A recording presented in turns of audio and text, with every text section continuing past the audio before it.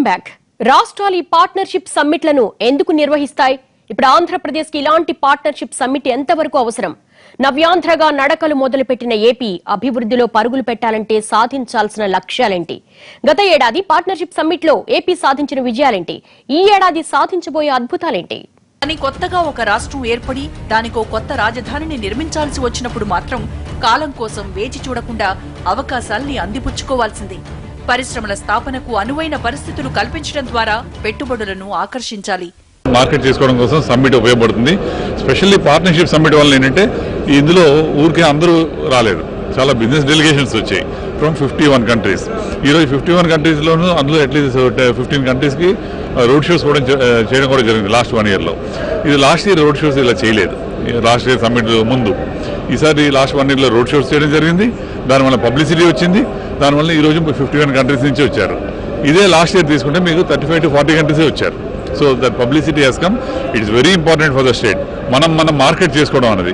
ఇలా ప్రపంచవ్యాప్తంగా ఉన్న పెట్టుబడులను ఆకర్షించాలంటే వారికి మన ప్రాంతం పరిశ్రమల స్థాపనకు ఎంత అనుకూలంగా ఉందో తెలియచెప్పాయిస్తాయి.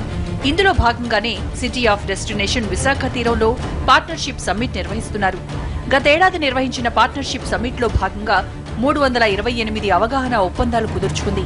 ఇందులో సదరు అన్ని ఒప్పందాలు కార్యరూపం దాల్చాయి. వీటి ద్వారా ఏపీకి 4,62,234 కోట్ల రూపాయల పెట్టుబడులొచ్చాయి. వీటి ద్వారా 8,72,362 మందికి ఉపాధి దొరకనుంది. ఖచ్చితంగా మనకు రాష్ట్రం ఏదైతే ఇప్పుడు లోటు బడ్జెట్లో ఉందో ఈ రాష్ట్రం ముందుకు పోవాలన్నా, అన్ని విధాలుగా అభివృద్ధి చెందాలన్నా, యువతకు ఉద్యోగాలు రావాలన్నా, సగటు ఆదాయం పెరగాలన్నా ఖచ్చితంగా ఇండస్ట్రీస్ రావాలి. ముఖ్యమంత్రి గారు అందుకని ఇండస్ట్రీస్ మీద దృష్టి పెట్టి ఈరోజు అన్ని విధాల ముందుకు తీసుకుపోతున్నారు. దాంట్లో 328 MOUలు కావటం, దాని విలువ 9,58,896 కోట్లైంది. అయితే జనరల్గా ఇలాంటి సమిట్స్ జరిగినప్పుడు MOUలు అయిన వాటిల్లో రియల్గా గ్రౌండ్ అయ్యేది దాదాపు 4 to 10% అంటారు. అయితే ముఖ్యమంత్రి గారు ఎవరైతే MOUలు చేశారో వాళ్ళందరినీ పిలిచి 1-2 సార్లు మాట్లాడి చేయటం వల్ల ఈరోజు దాదాపు 89 ప్రాజెక్టులు అయితే గ్రౌండ్ అయిపోయినాయి. 239 ల్యాండ్ అలాట్మెంట్లోను, తర్వాత అప్రూవల్స్ అలాట్మెంట్లోను ఆ స్టేజ్లో ఉండే.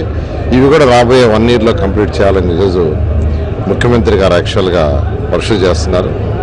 ఇలా కుదిరిన అవగాహన ఒప్పందాలు కార్యరూపం దాల్చేలా ప్రభుత్వాలు తగిన ఏర్పాట్లు, సహకారం అందించాలి.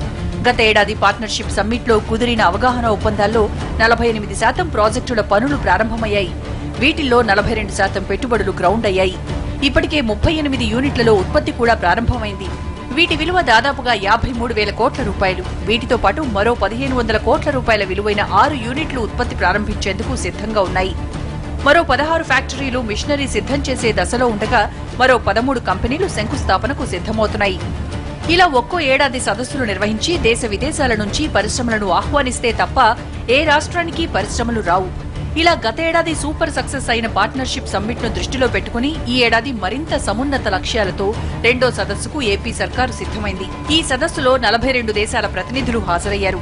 దేశ విదేశాల నుంచి 4,000 మందికి పైగా ప్రతినిధులు హాజరైన ఈ సదస్సు ద్వారా 8 లక్షల కోట్ల రూపాయల పెట్టుబడులు సాధించాలని ఏపీ సర్కారు లక్ష్యంగా పెట్టుకుంది. కాగా ఇప్పటికే 425 సంస్థలు మన రాష్ట్రంలో 6,83,107 కోట్ల రూపాయల పెట్టుబడులు పెట్టేందుకు ప్రతిపాదనలు పంపాయి. There's another individual you really should ask about the MOU, but from my standpoint, it's the first time in Vizag, so an opportunity here to see it. The vitality, the number of people is very impressive. You had some excellent presentations earlier during the plenary sessions that we also enjoyed, but probably the most exciting part for me was to meet with many of the students, coming from a university standpoint. పరిశ్రమల ఏర్పాటుకి ఫలానా రాష్ట్రం ఎంత అనుకూలంగా ఉందన్న అంశాన్ని చెప్పే కొలమానం is of doing. పరిశ్రమల ఏర్పాటు అంటే ఒక్క రోజులో అయ్యే పని కాదు. ఒక్క పరిశ్రమ ఏర్పాటు చేయడానికి స్థల సేకరణ దగ్గర నుంచి మొదలు పెడితే వివిధ విభాగాల నుంచి అనుమతులు, ఇలా 1,00,000 నిబంధనలుంటాయి.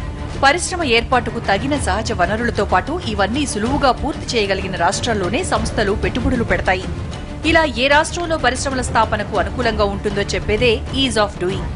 ఇప్పుడు భారతదేశంలోనే ఈజ్ ఆఫ్ డూయింగ్ లో టాప్ ప్లేస్ లో నిలిచిన రాష్ట్రం ఆంధ్రప్రదేశ్. ఈ ఒక్క అంశం ఏపీలో పరిశ్రమల స్థాపనకు పెట్టుబడులను భారీ ఎత్తున ఆకర్షిస్తోంది.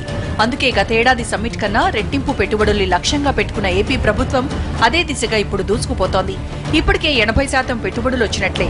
ఇక మిగిలిన రోజు కూడా మరిన్ని అవగాహన ఒప్పందాలు కుదుర్చుకుని అనుకున్న లక్ష్యాన్ని సాధించేలా కృషి చేస్తోంది ఏపీ. ఎలాంటి పరిశ్రమలు వస్తే రాష్ట్రం అభివృద్ధి చెందుతుంది? ప్రభుత్వం ఉన్న మార్గాలేంటి? Short break